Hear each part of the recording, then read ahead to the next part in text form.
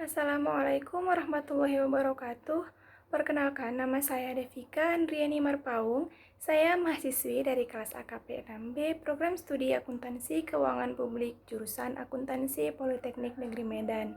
Kali ini, saya akan mempresentasikan materi dari bab 18, Auditing 2, yaitu materi mengenai audit siklus akuisisi dan pembayaran atas pengujian pengendalian, pengujian substantif atas transaksi, dan utang usaha.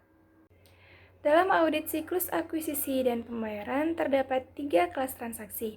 Yang pertama, yaitu kelas transaksi akuisisi barang dan jasa. Dan yang kedua, kelas transaksi pengeluaran kas. Yang ketiga, kelas transaksi retur dan pengurangan pembelian serta diskon pembelian.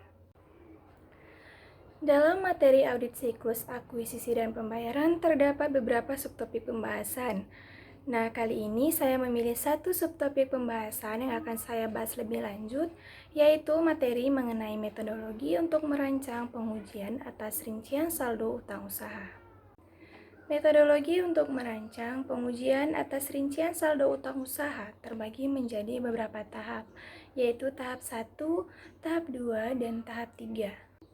Di dalam tahap 1 terbagi menjadi 3 pengujian. Pengujian pertama yaitu mengidentifikasi risiko bisnis yang mempengaruhi utang usaha.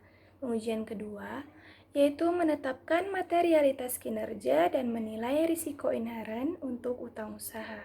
Pengujian yang ketiga yaitu menilai risiko pengendalian untuk siklus akuisisi dan pembayaran. Tahap kedua yaitu merancang dan melaksanakan pengujian pengendalian dan pengujian substantif atas transaksi untuk siklus akuisisi dan pembayaran. Tahap yang ketiga yaitu merancang pengujian atas rincian saldo utang usaha untuk memenuhi tujuan audit yang berkaitan dengan saldo. Nah, tahap ketiga ini mencakup prosedur analitis, ukuran sampel, item yang akan dipilih, dan juga penetapan waktu. Apabila pengujian pengendalian dan pengujian substantif atas transaksi menunjukkan bahwa pengendalian beroperasi secara efektif dan hasil prosedur analitis memuaskan, maka auditor akan mengurangi pengujian atas rincian saldo utang usaha tersebut. Tetapi karena piutang usaha cenderung material bagi sebagian besar perusahaan, maka auditor akan selalu melaksanakan pengujian atas rincian saldo itu.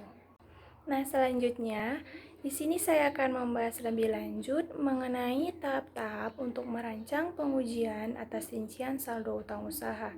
Seperti yang sudah saya sebutkan sebelumnya, bahwa di dalam tahap pertama itu terbagi menjadi 3 pengujian. Pengujian pertama yaitu mengidentifikasi risiko bisnis yang mempengaruhi utang usaha. Dalam pengujian ini, auditor harus memahami sifat perubahan sistem untuk mengidentifikasi apakah risiko bisnis klien dan pengendalian manajemen yang terkait mempengaruhi kemungkinan salah saji yang material dalam utang usaha. Pengujian yang kedua di dalam tahap 1 yaitu menetapkan materialitas kinerja dan menilai risiko inheren. Dalam hal ini, auditor sering menilai risiko inheren sebagai sedang atau tinggi peduli mereka terhadap tujuan audit yang berkaitan dengan saldo cut-off atau pisah batas dan kelengkapan. Dikarenakan hal ini dapat menimbulkan atau berpotensi menimbulkan kurang saji dalam saldo akun tersebut. Nah, selanjutnya, auditor melaksanakan pengujian yang ketiga pada tahap 1 dan melaksanakan pengujian pada tahap 2, yaitu menilai risiko pengendalian dan merancang, serta melaksanakan pengujian pengendalian dan pengujian substantif atas transaksi. Kemudian yang selanjutnya, yaitu merancang dan melaksanakan prosedur analitis. Salah satu prosedur analitis yang dilakukan oleh seorang auditor adalah membandingkan saldo akun beban yang berhubungan dengan akuisisi dengan tahun sebelumnya. Nah, prosedur analitis ini dilakukan untuk menemukan salah saji yang mungkin terjadi dalam saldo akun utang usaha dan saldo akun beban. Nah, kemudian yang terakhir yaitu merancang dan melaksanakan pengujian atas rincian saldo utang usaha. Tujuan audit atas utang usaha secara keseluruhan adalah untuk menentukan apakah saldo dalam utang usaha itu telah dinyatakan secara wajar dan diungkapkan secara layak di dalam laporan keuangan perusahaan. Tujuan audit yang berkaitan dengan saldo yang pertama yaitu untuk mengetahui apakah utang usaha dalam daftar utang usaha telah sama dengan file induk terkait dan totalnya ditambahkan dengan benar dan sama dengan buku besar umum. Kemudian yang kedua, untuk mengetahui apakah utang usaha yang ada di dalam daftar utang usaha itu memang ada atau memang benar-benar terjadi. Dan yang ketiga, untuk mengetahui apakah utang usaha yang benar-benar terjadi atau yang memang ada itu sudah dicantumkan atau sudah tercantum di dalam daftar utang usaha. Yang keempat, untuk mengetahui apakah utang usaha yang ada di dalam daftar utang usaha sudah akurat. Dan yang kelima, untuk mengetahui apakah utang usaha yang ada di dalam daftar utang usaha sudah diklasifikasikan dengan benar.